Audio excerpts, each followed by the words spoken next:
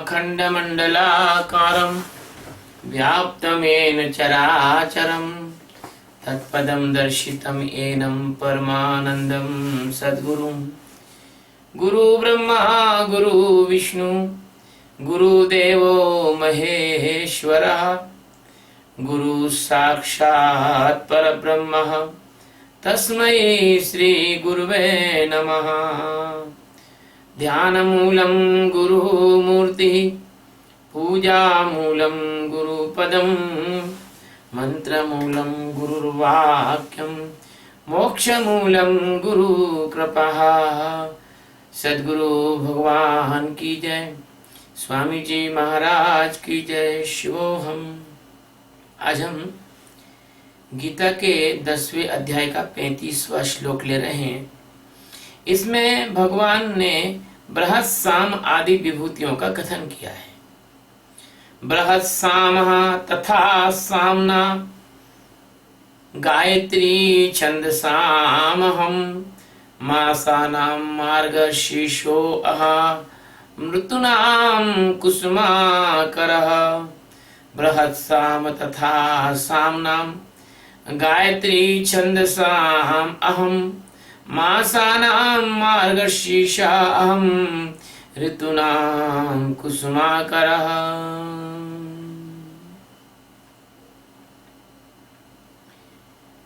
बृहत्साम यानी बृहत्साम, तथा यानी तथा, सामनाम यानी गायन करने योग्य श्रुतियों में, छंदसाम यानी छंदों में, गायत्री यानी गायत्री मंत्र, गायत्री छंद, मासानाम यानी महीनों में, मार्गशीर्ष यानी मार्गशीर्ष का महीना, ऋतुनाम यानी ऋतुओं में, कुसुमाकर यानी वसंत, अहम यानी मैं,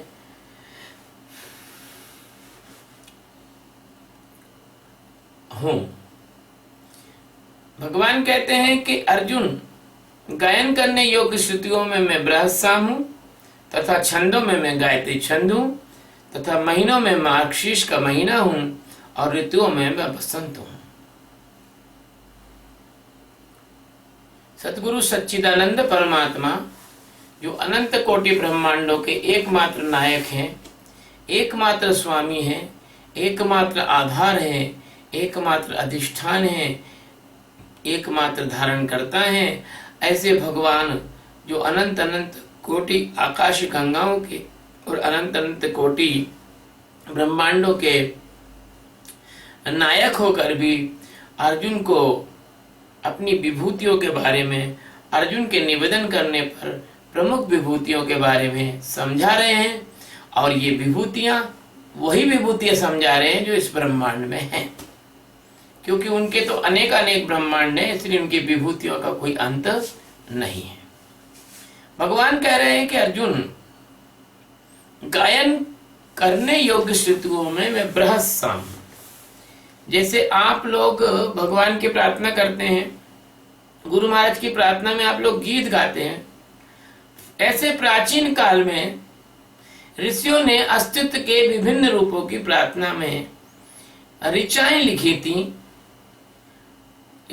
अस्तित्व के जो रूप हैं, जैसे भगवान कहते हैं देवताओं में इंद्र हूं, तो इंद्र की स्तुति में लिखी थी। जैसे भगवान कहते हैं कि जलचरों में मैं वरुण हूं, तो वरुण की स्तुति में लिखी थी।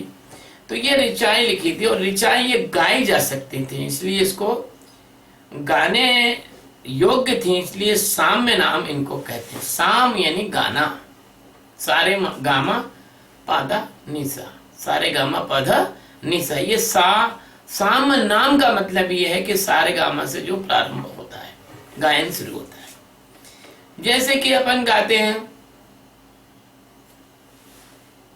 जैसे कि अपन गणपति अथर्वशीर्ष को गाते हैं, ओम गणानां त्वां गणपति गुं हवामहे। तो इस प्रकार से जो गाते हैं, जैसे गायत्री मंत्र को गाते हैं, ओम भूर्भुवः स्वः तत्सवितुर्वरेण्यं भर्गो देवस्य धीमहि धियो यो नः प्रचोदयात्।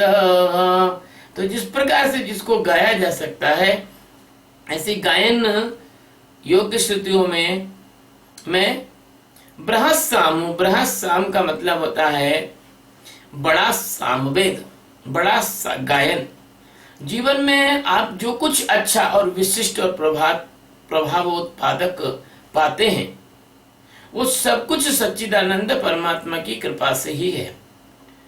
जीव में कोई महानता नहीं होती। महानता तो अस्तित्व में परमात्मा में होती है, क्योंकि उसके होने से जीव है, जीव के होने से परमात्मा नहीं है, क्योंकि जीव तो अपने आप में एक भ्रांति का नाम है।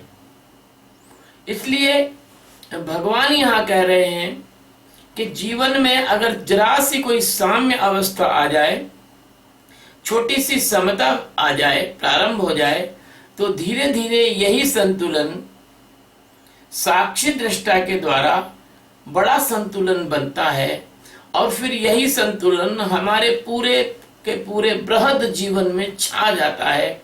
हमारा जीवन एक मधुर संगीतमय, एक गीतमय, एक आनंदमय हो जाता है। यह इशारा है बृहद साम का। आपका पूरा का पूरा जीवन अब भगवान के अत्यंत मधुर और अत्यंत संपूर्ण और बड़े बृहद रूप में आपका जीवन एक प्रेम के गीत में रूपांतरित हो जाता है। आपने कभी देखा होगा किसी लड़के को किसी लड़की से प्रेम हो जाता है, उसकी चाल बदल जाती है, उसकी ढाल बदल जाती है। वो घंटों कांच के सामने अपने बाल जमाता है, वो अपने पैंट और शर्ट की कॉम्बिनेशन को देखता है, वो पैंट और शर्ट की क्रीच को देखता है, वो अपने एक एक पिंपल भी अगर उसके चेहरे पे हो जाए तो उसको बड़ा टेंशन हो जाता है। इसी प्रकार से जब आपका परमात्मा से प्रेम हो जाता है, जब आपका जीवन परमात्मा का मधुर गीत हो जाता है, भगवान का साम वेद हो जाता है, तो आपकी चाल बदल जाती है, आपकी ढाल बदल जाती है, आपका बोलना बदल जाता है, आपका चालना बदल जाता है, आपके कृत्य बदल जाते हैं। हर एक में आपका होश लगने लग जाता है, हर एक में आप दृष्टा साक्षी होने लग जाते हैं, हर एक में आप अपने आप को देखने लग जाते हैं। हर एक कृत्य के पीछे खड़ा हुआ अकर्ता परमात्मा जो है, वो उसका जो अब उसमें उसे जानने का जो एक अभ्यास का एक माध्यम है साक्षी, उस साक्षी में आप खड़े होने लग जाते हैं। ये अर्थ है इसका कि संतुलन आपका बन गया, साम्य आपका बन गया, आपका बृहद का बृहद जीवन, पूरा का पूरा जीवन उस साक्षी से भरपूर हो गया, उस साक्षी से छा गया। इसको कहते हैं बृहद साम। अब भगवान क्या कहते हैं कि छंदों में गायत्री छंद, गायत्री एक छंद है, अनुष्टुप एक छंद है, अन्य अन्य प्रकार के छंद हैं, लेकिन गायत्री जो छंद था उसमें गायत्री एक मंत्र को भी उस गायत्री छंद में गाया जाता है। जैसे मैंने अभी कहा, ओम भूर्भुवः स्वः तत्सवितुर्वरेण्यं भर्गो देवस्य धीमहि धियो यो नः प्रचोदयात्। अब इसका विकृत रूप ले लिया सीडी वालों ने, कैसेट वालों ने, और इसमें मोबाइल पे रिंगटोन वालों ने इसका रूप ही बदल दिया, इस छंद के गायन का तरीका ही बदल दिया। उन्हें कैसे बोल दिया, ओम भूर्भुवः स्वः तत्सवितुर्वरेण्यं भर्गो देवस्य धीमहि धियो यो नः प्रचोदयात्। ओम भूर्भुवः स्वः ये बदल दिया, जबकि ये ऐसा गायन नहीं है। गायन कैसा है, ओम भूर्भुवः स्वः तत्सवितुर्वरेण्यं भर्गो देवस्य धीमहि धियो यो नः प्रचोदयात्। तो ये इसका गायन। अब क्या है, गायत्री एक मंत्र है। मंत्र क्या है, मंत्र में शब्दों का वह संयोजन जिसमें कम शब्दों में बहुत बड़े रहस्य और बहुत बड़े साहित्य को भर दिया जाता है, उसको मंत्र कहते हैं। मंत्र उसे कहते हैं जो मन का तंत्र होता है, मन को ठीक प्रकार से लुभा लेता है, मन के अंदर ठीक से एडजस्ट हो जाता है, और मन का संबंध मंत्र से है और मंत्र का संबंध मन से है। मंत्र से कोई परमात्मा को आज तक प्राप्त नहीं कर पाया, क्योंकि परमात्मा मनोबुद्धि अहंकार चित्तानि नाहम्, परमात्मा मन बुद्धि अहंकार के परे है। जब गायत्री छंद की बात हो रही है तो इसका संक्षेप में अर्थ भी हम यहाँ बताते चलते हैं। ओम का मतलब तो आप सब जानते ही हैं, ओ उ म, 3 ध्वनियां हैं। ओ यानी वह, उ यानी हूं, म यानी मैं वही परमात्मा हूं, मैं वही आत्मरूप हूं जो सारे जगत में भरा है, व्यापक है, कूटस्थ है, अविनाशी है, अजर है, अमर है, अजन्मा है। अब आगे क्या कहते हैं, भूर्भुवः, ये जो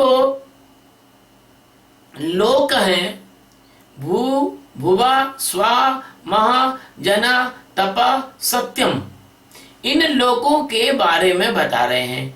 इन लोकों में भूर्भुवा स्वा है ना, तत्सवितुर्वरेण्यम, तत्सवितुर्वरेण्यम, वह सविता,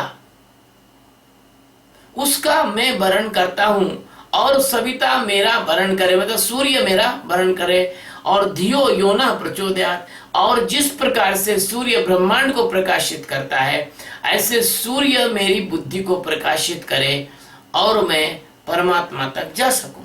लेकिन अब इसका और गहरा अर्थ यह है कि हमारे शरीर के अंदर ही भू भुवा स्वा महा जना तपा सत्यम लोक हैं।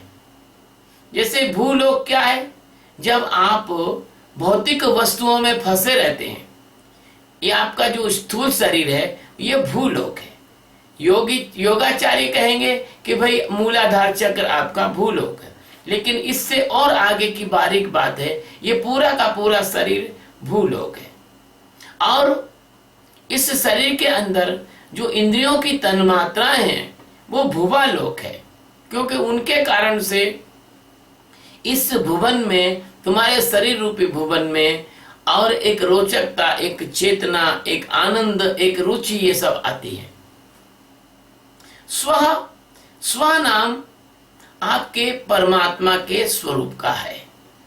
हम इस शरीर में इन इंद्रियों के में जीकर भी हमारे स्व नाम या स्व परमात्मा को हम जान लें, और वही परमात्मा तत् यानी वही परमात्मा, तत् यानी वही परमात्मा हमारे अंदर का सविता है, हमारे अंदर का सूर्य है। परमात्मा हमारा सूर्य है, जैसे बाहर की सृष्टि का परमात्मा सूर्य है, अगर सूर्य ना हो तो सृष्टि नहीं चल सकती। ऐसे हमारे अंदर जो स्व तत्व है, आत्म तत्व है, वही हमारा सूर्य है।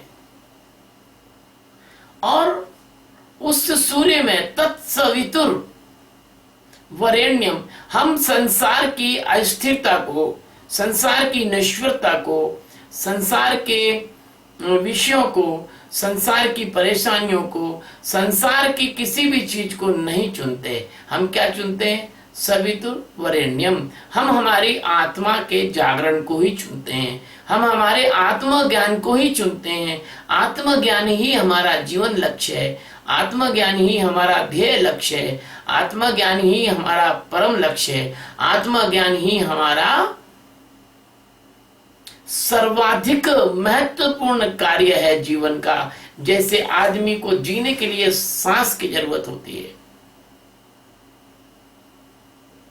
ऐसे ही आत्मा का ज्ञान उतना ही आवश्यक है, क्योंकि तुम ऐसा जीकर भी क्या करोगे कि गधे की तरह जिए और गधे की तरह मर गए और फिर कुत्ता बिल्ली के जन्म में चले गए।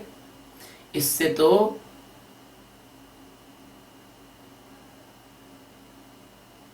आत्मा के ज्ञान के बिना आपका यह जो जीवन है वो बिल्कुल बेकार है।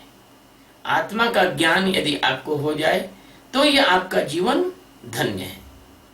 इसलिए ये जो भगवान कहते हैं कि धी यो यो नम, हमारी जो बुद्धि है, सवितुर वरेण्यम, हमने उसी आत्मा को चुना है अपने जीवन लक्ष्य में, भर्गो देवस्य धीमहि, और वही हमारा भर्गो यानी हमारा होना है, वही हमारा देव है। और हम पूरी की पूरी जो बुद्धि है, हमारी बुद्धि, हमारा मन, हमारा चित्त, इन सारी ऊर्जा को हम आत्मज्ञान को प्राप्त करने के लिए लगाएंगे। तो इसका मतलब है भर्गो देवस्य धीमहि धियो यो नः प्रचोदयात्। ये हमारी जो बुद्धि है, ये कहीं हमें संसार में भ्रमित न कर दे। धियो यो नः, ये कहीं हमारे संसार में और जन्म मरण में और 84 लाख जो योनियां है, धियो यो नः, ये हमारी बुद्धि ऐसा ना करे कि हमें 84 लाख योनियों में भटका दे। इसलिए हमें इसे प्रचोदयात, हम इस बुद्धि को हमारे ज्ञान के प्रकाश से आलोकित करके हम इस लकड़ी को जला के आग बना लेंगे। हम इस तिनके को, इस ये तिलंगे को जला के मशाल बना लेंगे। हम इसको प्रचोदयात कर लेंगे, हम इसको अत्यंत प्रचंड कर लेंगे। तो भाइयों, ये गायत्री जो मंत्र है, ये गायत्री मंत्र बहुत, इस गायत्री मंत्र पर हम कई महीनों बोल सकते हैं एक एक शब्द पर, लेकिन ये गायत्री मंत्र का संक्षेप रूप यह है कि गायत्री मंत्र हमें आत्मज्ञान प्राप्त करने के लिए प्रेरणा देता है। गायत्री मंत्र का देवता वो सविता है, सूर्य है, और हमारा भी देवता अंदर का हमारा आत्म तत्व हमारा सविता है। अब इन्होंने क्या किया, इन्होंने क्या किया कि इस संसार में सत्य बोलने से तो कोई किसी के पास इकट्ठा होता नहीं है। देख लो, हमारे पास ज्यादा लोग नहीं आ पाते। तो इन्होंने क्या किया, कुछ संप्रदायवादी लोगों ने इस गायत्री मंत्र को गायत्री माता के रूप में लोगों के सामने प्रोजेक्ट कर दिया। जब आज से 100 वर्ष पहले या और पहले कभी भी गायत्री माता के मंदिर कहीं भी नहीं मिलते थे, कहीं भी नहीं मिलते थे। जैसे संतोषी माता के मंदिर आज से 100 वर्ष पहले कहीं भी नहीं मिलते थे, ऐसे गायत्री माता के मंदिर कहीं भी नहीं मिलते थे। लेकिन क्या है, गायत्री मंत्र जो गायत्री छंद था उसका इन्होंने मानवीकरण कर दिया, ताकि लोग इसके माध्यम से इकट्ठे हो सकें, लोग इसके माध्यम से गायत्री मंत्र का पठन पाठन कर सकें, और इसमें से एक रूढ़िवादिता का प्रादुर्भाव हुआ, एक संप्रदाय बना। उस संप्रदाय के जो लोग हैं वो कहते नहीं, गायत्री मंत्र के अलावा सब बेकार है, बिल्कुल बेकार है। और उसी के इर्द गिर्द, गायत्री मंत्र के इर्द गिर्द गायत्री महापुराण की रचना हो गई, गायत्री के अनुष्ठान कैसे करना चाहिए इसकी रचना हो गई। हालांकि गायत्री मंत्र तो ब्राह्मण लोग अपना जनेऊ यज्ञोपवीत पहनते हैं, गायत्री मंत्र जो है उसका जाप करते हैं, सब करते हैं। लेकिन इतनी ज्यादा गायत्री मंत्र को लेकर और उसके आसपास कल्पना का ताना वाना जो बुना गया, उसकी वजह से क्या हुआ कि गायत्री मंत्र अपना वास्तविक अर्थ तो खो गया, और गायत्री मंत्र एक अनुष्ठान बन के रह गया, एक जाप बन के रह गया, और एक पुरुष चरण बन के रह गया। हमने युवा अवस्था में 1.25 लाख के हमने भी गायत्री मंत्र के जाप किए थे, लेकिन बाद में जब ब्रह्म ज्ञान हुआ तो हमें पता लगा कि नहीं, ये तो एक तरह से समय का वो था। और गायत्री मंत्र अगर गायत्री मंत्र के अंदर के अर्थों में कोई उतरेगा तो जो गीता कह रही है, जो हम कह रहे हैं, जो ध्यान की बात कर रहे हैं, जो हम आत्मज्ञान की बात कर रहे हैं, पूरे के पूरे गायत्री मंत्र में बस वही बात की गई है। ओ उमा वह परमात्मा मैं हूँ, भूर्भुवः स्वः, सारे जो लोक हैं, मेरे शरीर, स्थूल शरीर, सूक्ष्म शरीर, कारण शरीर, सब में मैं स्व नाम से आत्म रूप से स्थित हूँ। तत् उसको जानने के लिए तत्सवितुर, वह सविता है, वह सूर्य है, आत्मा ही सूर्य है। आत्मा नहीं तो प्यारे क्या तुम्हारा जीवन ही नहीं, मरे हुए लाश की तरह पड़े रहोगे। तो वही सविता है, वही हमारा सूर्य है, और वितुर सवितुर वरेण्यम, हमने उसको ही चुना है। और भगवान आत्मस्वरूप हमारा भी चुनाव करें ताकि हम आत्मज्ञान में आग बढ़ चढ़ के और आत्मज्ञान को प्राप्त करके संसार की इस माया से मुक्त हो जाएं। भर्गो देवस्य धीमहि धियो यो न प्रचोदयात्, हमारी जो बुद्धि है वो कहीं ऐसा ना हो कि अज्ञान के कारण हमें अन्य अन्य प्रकार की योनियों में भटका दे। इसलिए हम हमारी बुद्धि को जितनी जल्दी हो सके, हमारी चेतना के गुम होने के पहले हम इसको प्रचोदयात यानी हम इसको आत्मज्ञान से समृद्ध कर दें, और आत्मज्ञान के प्रकाश होने पर बुद्धि रूपी अंधेरा गायब हो जाता है। अब देखिए आज क्या हुआ कि इनबॉक्स में हम कुछ लोगों से चैटिंग कर रहे थे, तो हमने कुछ लोगों को संदेश दिए कि भाई अपने 1000 वीडियो हो गए और आप लोग ये सुने, और हमने ये भी संदेश दिया कि जिसको आत्मज्ञान प्राप्त करना हो तो मैं मदद कर सकता हूँ। तो 2-3 लोग तो थे, तो वो बोले हाँ बिल्कुल हम सीखेंगे और ध्यान सीखेंगे ये। लेकिन एक विदेशी महिला बोलती है हम तो ये पहले से ही कर रहे हैं। अब उसको कितनी बड़ी भ्रांति है। अरे इसके कहीं विदेश में साक्षी ध्यान के कोई अते पते नहीं है, और वो कुछ मनमाना ध्यान कर रही है और वो सोच रही कि हम ये कर रहे हैं। तो इसी तरह से इसी सैंपल को विभिन्न संप्रदायों में ले जाओ, सारे संप्रदाय ये सोचते हैं कि वो कर रहे हैं वो सही है और दूसरा कर रहा है तो गलत है। सारे संप्रदाय ये सोचते हैं।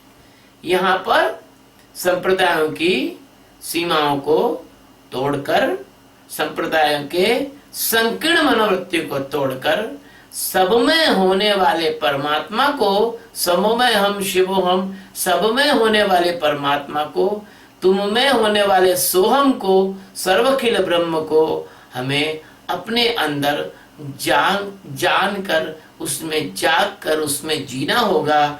यह इशारा भगवान कह रहे हैं कि गायत्री छंद में हो। महीनों में कहते हैं कि मार्गशीर्ष हो। महीने जो गुजरते हैं उन महीनों में भगवान जो हैं मार्गशीर्ष के महीने को इसलिए अच्छा कह रहे हैं कि मार्गशीर्ष का जो महीना होता है वो बड़ा प्यारा महीना होता है। उस महीने में परमात्मा के ध्यान भजन का, परमात्मा के प्रेम में डूबने का बहुत अच्छा अवसर होता है। अब भगवान कहते हैं कि ऋतुओं में बसंत हो। अगर ऋतु में देखा जाए तो वर्षा ऋतु देखो तो कीचड़ काचड़, मच्छर मक्खी, कीड़े मकोड़े, फुनगे तिरंगे, खेतों में कीचड़, बाहर कीचड़, सड़कों पे कीचड़, सड़कों पे पानी, घरों में पानी घुस जाता है, बाढ़ आ जाती है, बड़ी परेशानी है। कहीं मार्ग बंद हो जाते हैं, आज जा नहीं सकते, आ नहीं सकते। पुराने जमाने में ऐसा होता था, इस जमाने में भी कतिपय रूप से ऐसा होता है। क्योंकि सड़कें बन गई इसलिए जा रहे हैं। कहीं कहीं तो पुल बारिश की बाढ़ से टूट जाते थे और मार्ग रुक जाते थे।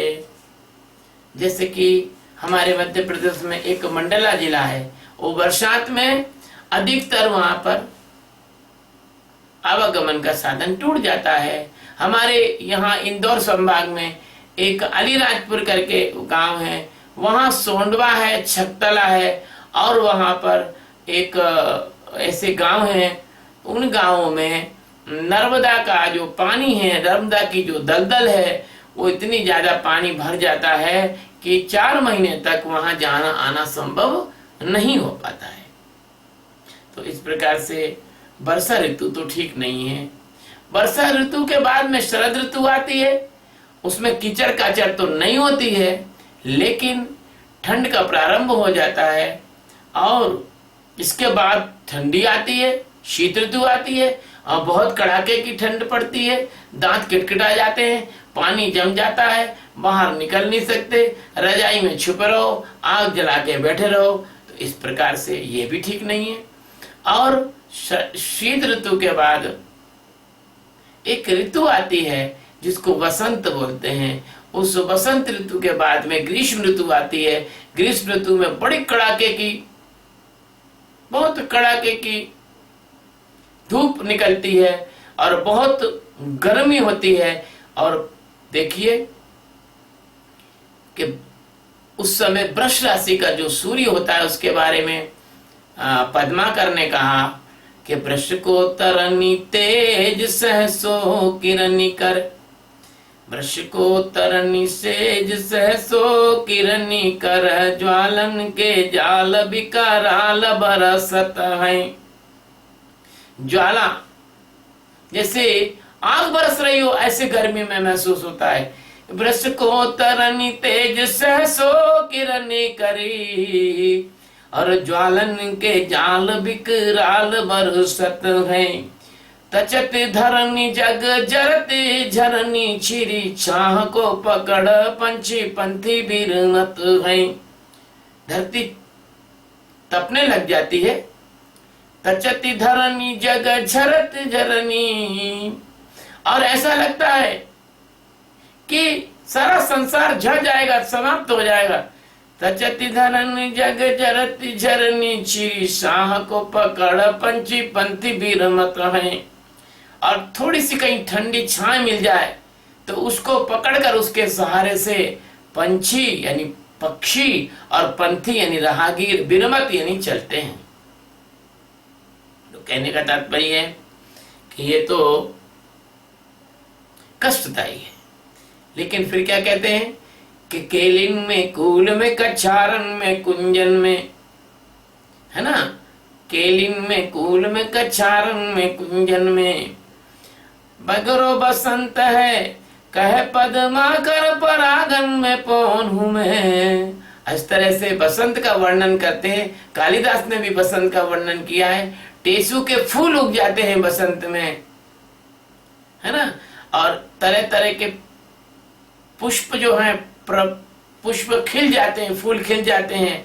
तो बसंत जो है वो कामदेव का और पसंदीदा महीना है। और बसंत का जो महीना है उसमें बसंतोत्सव मनाया जाता है। और बसंत की पंचमी के दिन माँ सरस्वती का जन्मोत्सव मनाया जाता है। तो इस प्रकार से प्रिय मित्रों, भगवान कहते हैं कि ऋतुओं में मैं बसंत हूँ, क्योंकि बसंत की ऋतु सबसे अच्छी होती है। और बसंत ऋतु क्यों कहा है भगवान ने? आपके जीवन में बसंत कब आएगा? आपके जीवन में मार्गशीर्ष कब आएगा? आपके जीवन में बसंत तब आएगा जब आप आत्म साक्षात्कार कर लोगे। तब क्या होगा? आपका जो मार्ग होगा जीवन का वह शीर्ष मार्ग होगा, सबसे ऊंचा मार्ग होगा।